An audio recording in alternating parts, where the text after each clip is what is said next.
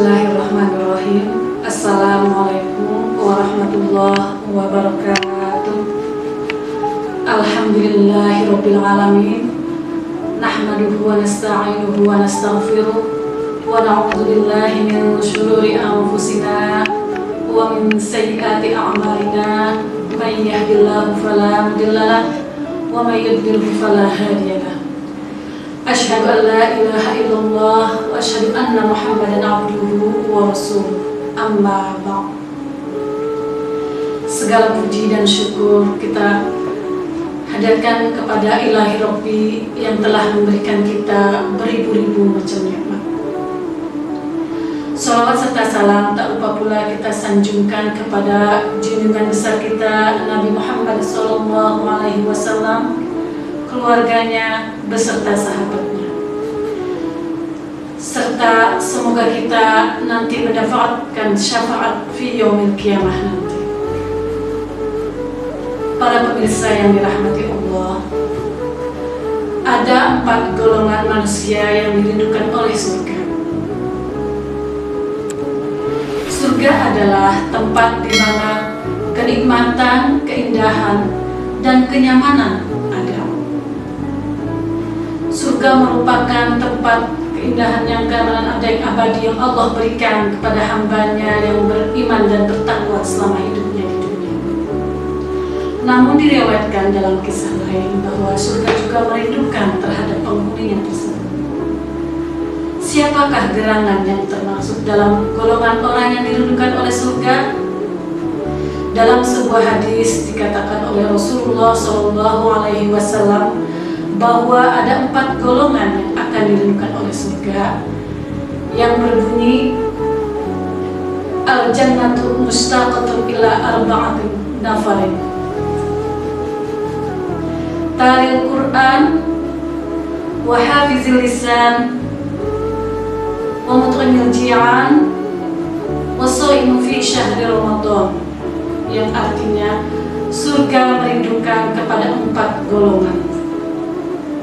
Yang pertama, golongan yang pertama yang dirindukan oleh surga yaitu orang yang gemar membaca Al-Quran.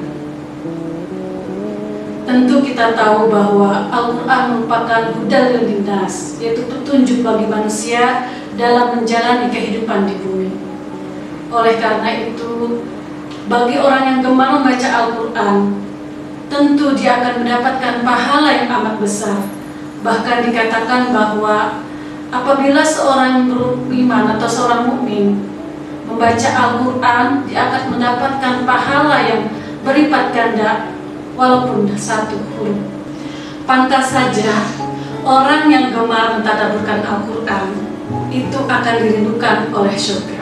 Golongan yang kedua yang dirindukan oleh surga yaitu orang yang menjaga lisannya. Golongan ini yang dimaksud adalah apabila kita sebagai manusia yang mungkin kadang-kala kita lupa dengan ucapan kita, tata bahasa kita yang mungkin baik sengaja maupun tidak disengaja dapat menyakiti hati dan perasaan orang lain. Oleh karena itu, maka kita harus bisa menjaga lisan kita dari perkataan-perkataan yang tidak berfaedah, perkataan-perkataan yang mungkin dapat menyakiti hati perasaan orang lain. Dalam sebuah hadis lain dikatakan bahwa salamatul insan fi hifzil lisan, yang artinya keselamatan manusia itu tergantung kepada kemampuan dia memelihara lidahnya.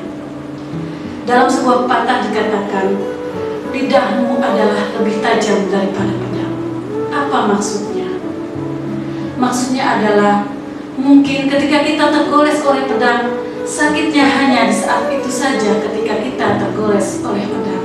Tapi dikala hati kita terkena atau hati kita merasa tersakiti oleh lisan seseorang, atau bahkan mungkin ucapan kita telah menyakiti hati dan perasaan orang, tentu amat sukar dan sulit untuk melupakan betapa sakitnya hati ini karena ucapan seseorang yang telah menyakiti hati kita.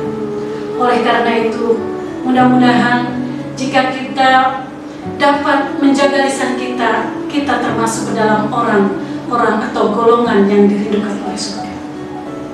Adapun yang ketiga, golongan orang yang dirindukan oleh surga yaitu orang yang memberi makan orang yang kelaparan. di bulan yang penuh berkah dan rahmat serta maghfirah ini, yaitu di bulan puasa, maka hendaklah kita dapat bersedekah dengan semaksimal mungkin. Kita manfaatkan di bulan yang penuh rahmat ini dengan saling berbagi sedikit rezeki, karena di rezeki kita ada hak orang lain, ada hak anak yatim, ada hak orang miskin.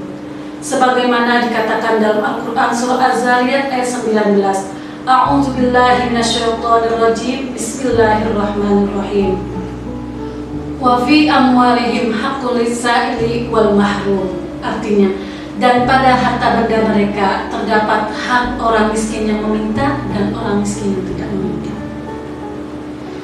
Pada Ramadan ini, marilah kita sama-sama untuk memaksimalkan bersedekah. Karena dikatakan dalam sebuah hadis, paling afdol bersedekah adalah di bulan Ramadan. Para pemirsa yang dirahmati Allah, ada pun golongan yang keempat yang dirindukan oleh surga, yaitu orang yang berpuasa di bulan Ramadan. Ramadan adalah bulan yang penuh berkah dan rahmat. Berpuasa di bulan Ramadan merupakan suatu kewajiban, sebagaimana dalam Al-Quran dikatakan, A'udzubillahi minasyaitonirrajim, Bismillahirrahmanirrahim.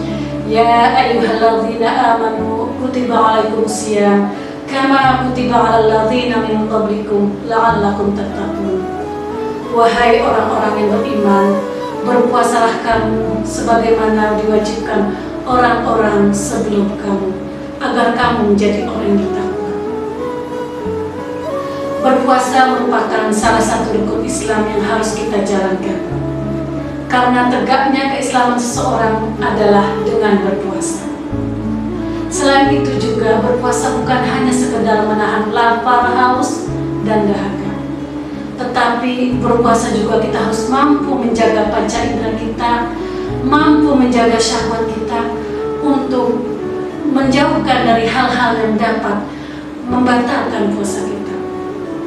Oleh karena itu, agar kita menjadi golongan orang-orang yang diridhokan oleh surga, maka niatkanlah puasa kita ini betul-betul ridho dan mengharapkan Allah atau ridho Allah Subhanahu wa Ta'ala. Firman Allah dalam Al-Quran yang berbunyi, A'udzubillahi minasyaitonirrajim, Bismillahirrahmanirrahim. Ya ayyuhalladzina amanu kutiba alaikumusiyam kama kutiba alal ladzina min qablikum la'allakum tattaqun.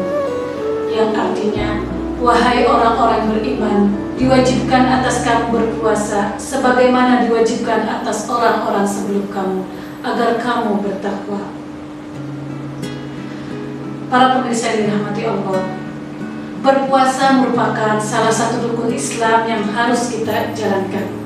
Berpuasa merupakan suatu kewajiban yang harus kita laksanakan sebagai tonggak keislaman seseorang.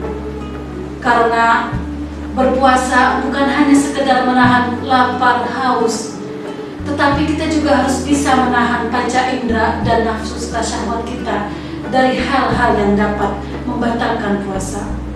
Oleh karena itu, di bulan suci Ramadan ini, marilah sama-sama kita berharap dan mohon kepada Allah agar puasa kita diterima oleh Allah. Karena pahala berpuasa hanya Allah lah yang dapat menentukan besaran pahalanya atau diterima tidaknya amalan puasa kita. Para pemirsa yang dirahmati Allah, itulah 4 golongan yang akan dirindukan oleh surga. Mudah-mudahan kita termasuk daripada hamba-hamba yang dirindukan oleh surga. Dan kita selalu berharap mudah-mudahan amal ibadah kita di bulan suci ini diterima oleh Allah. Karena kenikmatan yang hakiki, kenikmatan yang abadi hanyalah ada di surga. Tidak ada banding kenikmatan di dunia. Hanya Allah yang dapat menghendaki siapa saja yang dipilih oleh Allah untuk masuk ke dalam jannahnya. Para pemirsa yang saya hormati, mungkin hanya itu yang dapat saya sampaikan. Kurang lebihnya saya mohon maaf apabila di dalam penyampaian saya masih banyak kesalahan-kesalahan maupun kehilapan-kehilapan. Akhirul kalam, Assalamualaikum warahmatullahi wabarakatuh.